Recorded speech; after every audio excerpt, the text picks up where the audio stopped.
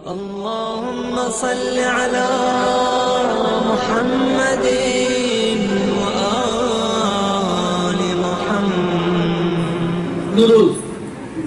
دیکھیں بحار الانوار میں ایک روایت ہے ظاہر امام کاظم علیہ السلام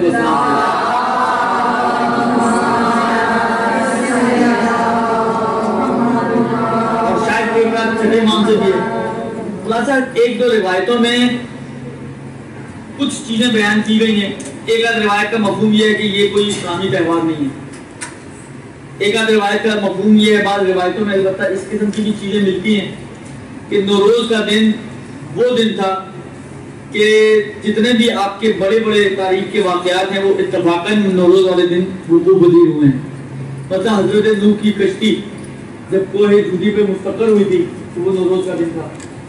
مثلا امیر المومنین کی ولایت کا اعلان جو 18 ذی الحج کو ہوا تھا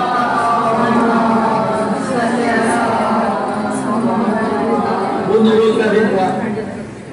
تو اسی طرح کے اور بعض حضرت ابراہیم کو آتش نمرود سے جب نجات ملی تھی تو وہ نوروز کا دن تھا. اس طرح کے جو بڑے بڑے تاریخی واقعات ہیں بعض یہ کہا جاتا ہے کہ وہ بھی اسی نوروز کے دن وجود میں آئے تھے. البتہ یہ بھی ذہن میں رکھیں کہ یہ جو روایتیں ہیں کوئی بہت زیادہ معتبر ان کی سند وغیرہ کے اعتبار سے ایسا نہیں ہے کہ بہت ہی اوتھینٹک قسم کی روایتیں ہوں. بلاخر آپ کو معلوم ہے کہ فقہا اتنی فرصت ان کے پاس نہیں ہوتی کہ اس قسم کی جو تاریخی روایتیں ہیں ان کے اوپر بھی بحث کریں ان کی سند کیسی ہے اور کیسی نہیں ہے, کیونکہ کوئی ایسے اہم مسئلے نہیں ہیں. البتہ بعض روایتوں میں بھی اور مفاد الجنان میں بھی نوروز کے دن کے کچھ آداب بیان کیے گئے ہیں. اور فقہی اعتبار سے آپ کو معلوم ہے اتنی فقہ تو آپ لوگوں کو آتی ہوگی اور اتنا معلوم ہے آپ لوگوں کو کہ جتنے بھی اس قسم کی روایات ہیں کہ جو مختلف آداب و سنتیں اور مستحبات بیان کرتی ہیں, فقہا نے یہ بات بیان کی ہے کہ آپ ان روایتوں پر رجا کی نیت سے عمل کر سکتی ہیں. لہذا آپ کو کوئی پریشان ہونے کی ضرورت نہیں. آپ مفادی کھولیں, مفادی میں لکھا ہوا جناب مثلا مجھے نہیں پتا کیا کچھ لکھا ہوا, ایک مثال بنا رہا ہوں.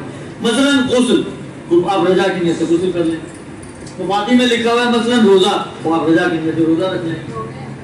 جی مفادی میں لکھا ہوا ہے مثلا فرض کریں 2 رکعت نماز اس خاص طریقے سے, 2 رکعت نماز اس خاص طریقے سے رجال پڑھ لیں. آپ مفادی میں مثلا فرض کریں لکھے ہوئے چند سورے پڑھیں, آپ وہ سورے رجا کی نیت سے پڑھ لیں. کوئی حرج نہیں ہے, کوئی گناہ نہیں ہوگا آپ کو. بلکہ بعض روایتوں کے مطابق, اچھا یہ وہ روایتیں ہیں کہ جن کو فقہا نے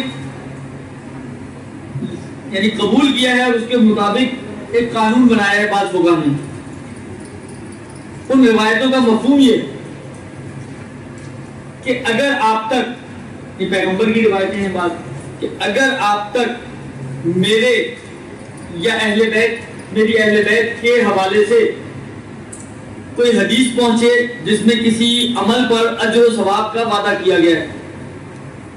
مثلا فرض کریں آپ تک ایک حدیث پہنچی جس میں یہ لکھا ہوا ہے کہ اگر کوئی شخص مثلا نماز سے پہلے داڑھی میں کنگھی کرتا ہے تو اس کے جو ہیں مثلا فرض کریں گناہ معاف ہو جائیں گے, یا اس کو مثلا جنت میں 5 حوریں ملیں گی, یا مثلا کچھ بھی. داڑھی تو مردوں کی ہوتی ہے, عورتوں کی نہیں ہوتی, اس لیے انہوں نے حوروں کا تذکرہ کیا. درست, اس قسم کی کوئی بھی چیز لکھی ہوئی ہے اس میں, آپ تک ایسی کوئی روایت پہنچی یعنی ہم تک, اور ہم صرف روایت کا جملہ یہ ہے کہ اگر اس طرح کی کوئی روایت آئے آپ تک جس میں ہمارے نام سے کوئی کسی فعل پر, کسی عمل پر اجر و ثواب کا وعدہ کیا گیا ہے, تو آپ اگر اسی اجر و ثواب کو حاصل کرنے کے لیے اس روایت پر عمل کریں تو پروردگار عالم اپنے فضل و کرم سے وہ اجر و ثواب آپ کو عطا کرے گا, چاہے وہ ہم نے نہ بھی کہی ہو.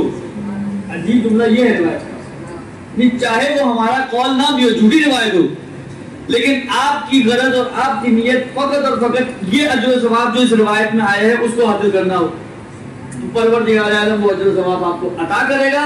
وَلَوْ لَمْ نَقُلْ ہو, چاہے ہم نے وہ نہ بھی کہی ہو. اس سے بڑھ کر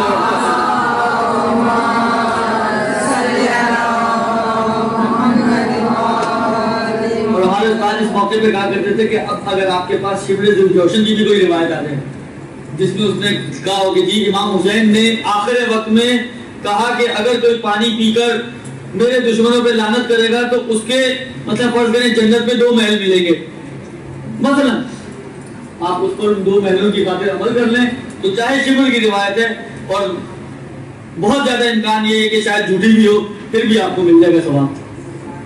یہ اصل اس نے آپ کے لیے پورے مفاتی کا دروازہ کھول دیا. مفاتی کون سی روایت صحیح ہے، کون سی قابل قبول ہے، کون سی قابل قبول نہیں، ہمیں نہیں معلوم.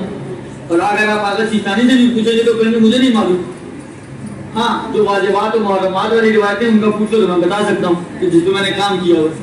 اب مسئلہ یہ ہے کہ یہ روایتیں آیا مثلا مختلف موارد پہ غسل دیے ہیں مفاتی میں، مختلف آداب دیے ہیں، مختلف اعمال دیے ہیں، اجر و ثواب یہ وہ ایسا ویسا، تو ہمیں نہیں معلوم کہ یہ واقعی صحیح ہے نہیں اتنا معلوم. آپ صرف اس بات کو مد نظر رکھتے ہوئے یعنی یہ اپنی حدیث اپنے ذہن میں رکھتے ہوئے کیونکہ پیغمبر نے یہ فرمایا ہے آپ عمل کریں اس اجر و ثواب کی خاطر تو لکھ لیں اپنے نام اعمال میں پہنچ گیا اجر و ثواب، چاہے وہ پیغمبر نے نام بھی فرمایا وہ امام نے نام بھی فرمایا. زیادہ نوروز ہو یا غیر نوروز جو بھی احکام اگر مفاتی میں اس کے لیے کوئی آداب، کوئی مستحبات، کوئی نمازیں، کوئی روزے، کوئی غسل، کوئی صدقہ، کوئی خیرات بیان کیا ہے اس کو اگر آپ رضا کی نیت سے انجام دیں، یہی سے رضا کا دروازہ یہیں سے کھلتا ہے. اگر اس کو آپ رضا کی نیت سے انجام دیں اس امید سے کہ شاید یہ کہا ہو انہوں نے ائمہ نے تو آپ کو اس کا اجر و ثواب انشاءاللہ مل جائے گا، چاہے انہوں نے نہ بھی کہا ہو آپ کا بھی ثواب مل جائے گا.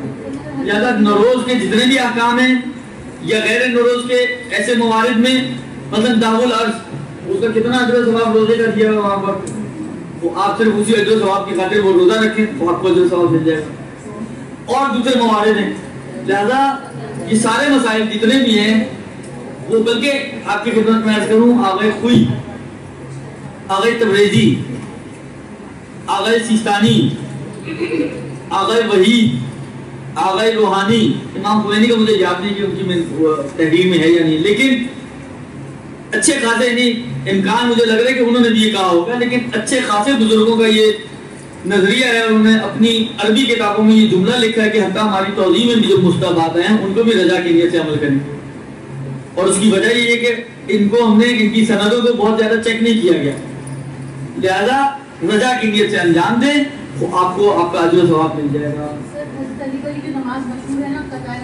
وہ والی تو اس میں دیکھیں اس میں بھی صرف اجر و ثواب کی نیت سے آپ پڑھ لیں تو صحیح ہے. اس میں آپ یہ کہیں کہ وہ آپ کی قضا پوری کرتے تو وہ پوری نہیں کرتی، وہ تو طے شدہ ہے. لیکن آپ یہ سمجھیں کہ پوری زندگی کی قضا نمازوں کا گناہ معاف ہو جائے گا، خوب یہ ہو سکتا ہے ممکن.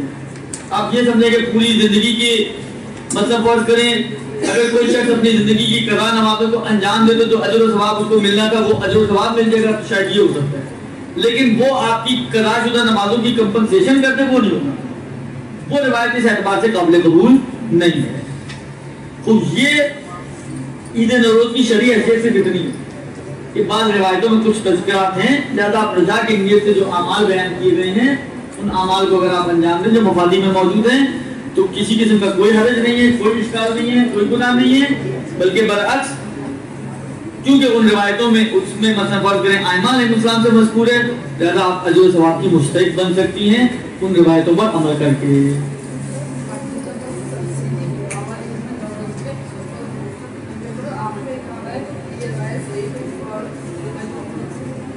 میں نے کہا نا ٹیوشن کی بھی ہو تو آپ روایت پر عمل کر سکتی ہیں. آپ کو پتہ ہے ضعیف روایت ہو تب بھی آپ عمل کر سکتی ہیں اسی قول کی بنا پر. پیغمبر کہتے ہیں کہ آپ نے نہ بھی کہی ہو تو بھی آپ کو اجر و ثواب ملے گا. ضعیف ہونے کا مطلب جعلی نہیں ہوتا. ضعیف ہونے کا مطلب یہ ہے کہ سند ثابت نہیں ہو سکی ہمارے لیے. ممکن ہے باتیں میں کہا اور ہم تک نہ پہنچ سکی ہو، یہ تو ہوتا ہے انسان. لہذا اگر یہ لکھا ہوا ہے ضعیف ہے اس کے باوجود آپ اس پر عمل کر سکتی ہیں. رجال صلی اللہ علیہ وسلم اللجل اللجل یا مولا اللجل اللجل اللجل اللجل اللجل اللجل اللجل یا صاحب السماء اللجل اللجل